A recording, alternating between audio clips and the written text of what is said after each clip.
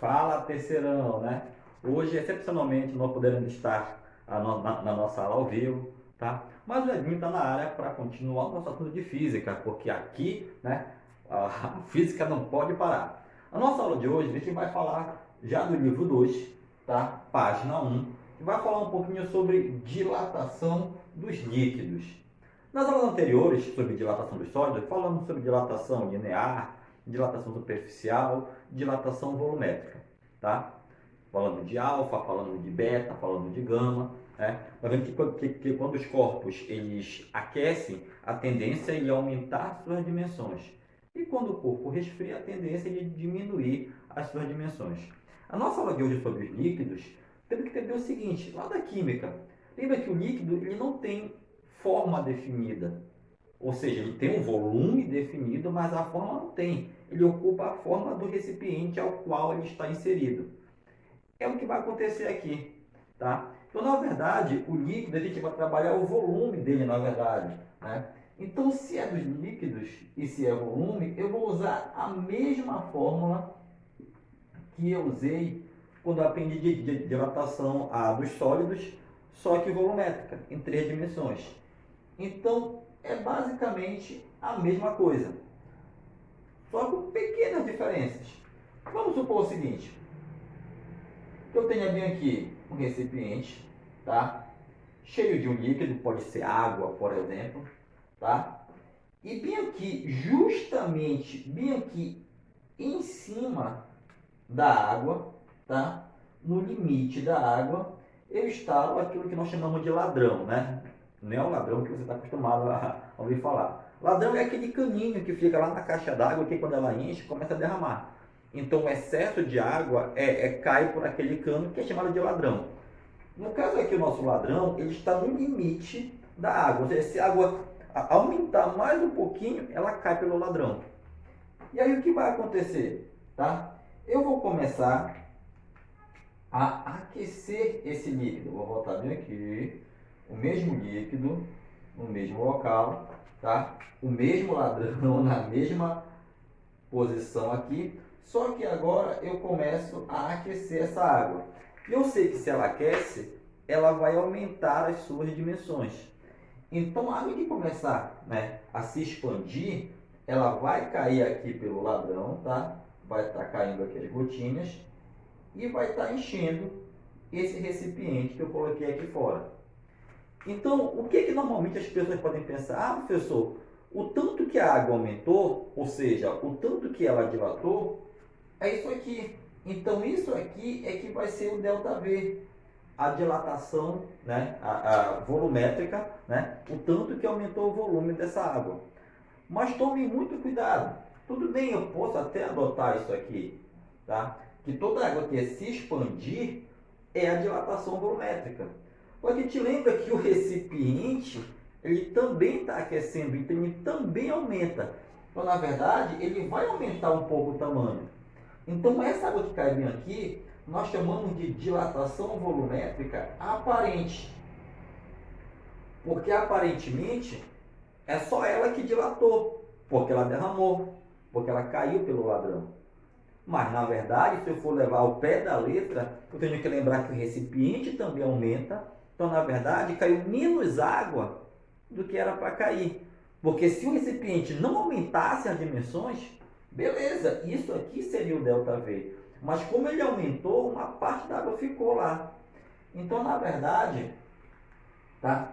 Quando eu for querer saber a dilatação volumétrica, que eu chamo de real, ou seja, o que aconteceria se ela não tivesse, se o recipiente não tivesse dilatado, eu vou pegar o que? Na verdade, a dilatação volumétrica, tá? Dilatação volumétrica do recipiente,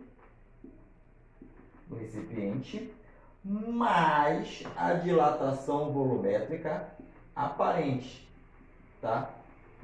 Porque se na verdade o recipiente aumentou isso aqui, se não tivesse isso aqui, era isso aqui de água que ia cair.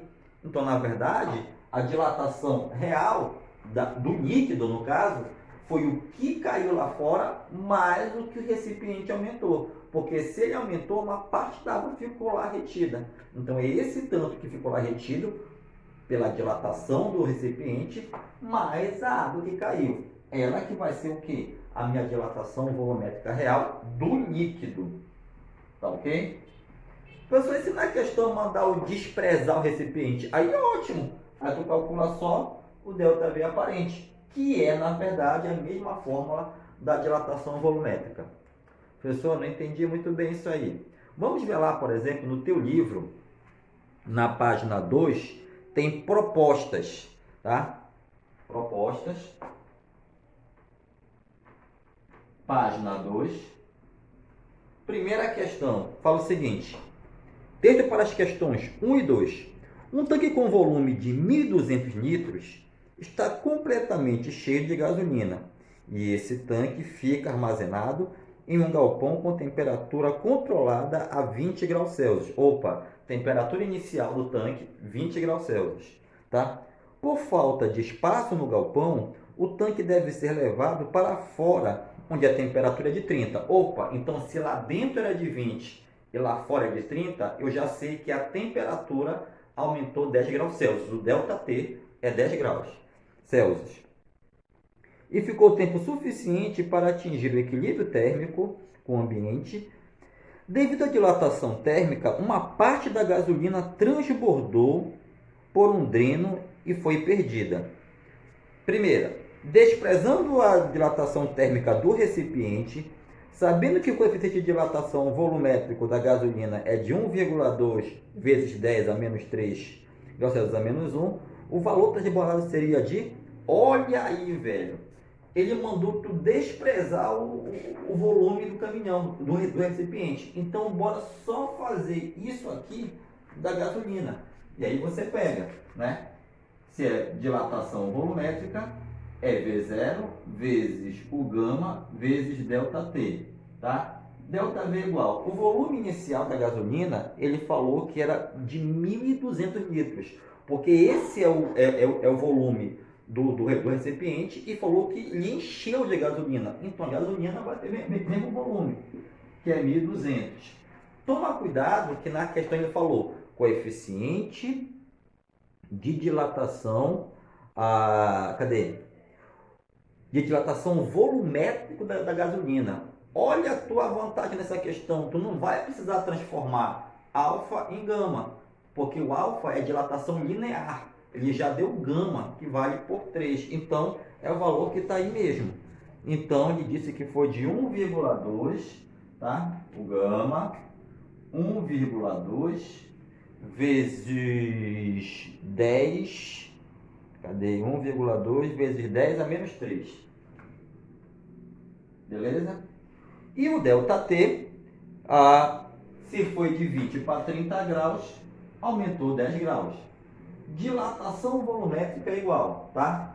Se eu for multiplicar 1.200 vezes 1,2 vezes 10, eu até já fiz essa continha aqui, deu 14.400 vezes, eu conservo aqui, vezes 10 a menos 3 litros. Tirando a potência, te lembra que se eu diminuir aqui 3 casas, aqui eu aumento 3 e corta. Então eu vou aqui diminuir 3 casas, 1, 2, 3, para ficar 14,4 litros. Que na verdade é a minha alternativa A. Tá?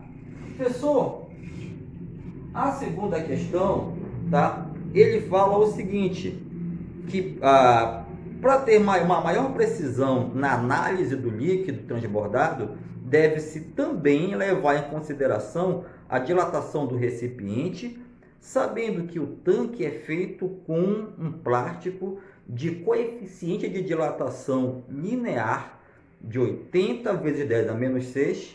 Então o valor transbordado de fato foi, agora sim, esse aqui é o aparente. Ele falou, e se eu levasse em consideração o recipiente onde está a gasolina também dilatar? Aí eu vou ter a medida exata. Então o que eu faço na verdade? Eu vou ver primeiro quanto que dilatou o recipiente. Então bora lá. Agora com um porém.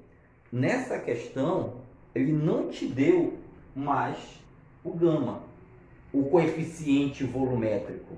ele te deu, bebê, o coeficiente linear, que é o alfa. E te lembra, para te transformar em volume, tu vai ter que pegar esse alfa e multiplicar por 3. Então, na segunda questão, ele falou que o alfa era igual a 80 vezes 10 a menos 6. Multiplicado por 3. Professor, por que eu vou multiplicar por 3? Porque é volume. Isso aqui não, isso aqui é linear. Vai ser um alfa de 240 vezes 10 a menos 6. Eu só fiz multiplicar o 3 vezes 80, né? Unidade, grau Celsius a menos 1. Tá? Opa, isso aqui, desculpa, isso aqui é o gama. E agora eu posso fazer a minha conta do recipiente, o quanto que esse diacho aumentou. Então, ΔV vai ser igual a V0 vezes gama vezes ΔT. A mesma conta que eu fiz aqui, mas aqui eu fiz para gasolina. Agora eu vou fazer por recipiente. Volume inicial, 1.200. O gama eu acabei de calcular, 240 vezes 10 a menos 6. E o ΔT é a mesma. Tivemos que lá dentro era 20, lá fora era 30. Então, variou 10. E agora eu multiplico. 1.200 vezes 240 vezes 10. Tá? Eu não sou besta. Eu calculando agora bem aqui. Que deu a 2.880.000 vezes 10 a menos 6. Deu 2.880.000. Só que vezes 10 a menos 6. Então, se eu for querer tirar a vírgula, se aqui é menos 6, eu vou ter que aqui diminuir 6 casas. 1, 2, 3, 4, 5, 6. Então, o do caminhão foi 2,88 litros. Beleza, professor? Então, peraí. Se a gasolina aumentou isso aqui, mas o tanque também aumentou isso aqui, quanto foi que realmente caiu de gasolina? Esse menos esse. Então, na verdade, o que derramou de gasolina, tá? Que eu vou chamar de ΔV real, tá? Vai ser o 14,4 menos o 2,88, que eu também não sou besta, já fiz a conta, vai dar 11,52 litros. Isso foi o que realmente caiu, isso foi o que a gasolina aumentou, mas como o recipiente também aumentou, caiu só 11,52 litros. E se tratando de gasolina, é um bocado de gasolina, velho, olha, tá? Então, aquilo que eu falei, para ver a dilatação dos líquidos, usa a dilatação volumétrica, tu vai ter a do líquido, tá? Se quiser saber o quanto que é o real, é sempre o que o líquido dilatou, menos o que o recipiente dilatou também, que foi o caso aqui da segunda questão. Eu vi o que ele dilatou, isso aqui, o que ele tinha antes, subtraí e vi o que realmente caiu fora do tanque. Tá certo? Essa aqui foi a nossa aula, tá? Fiquem com Deus. Espero que na próxima semana a gente possa se rever já ao vivo. Um grande abraço, paz, amor e rock and roll e até a próxima.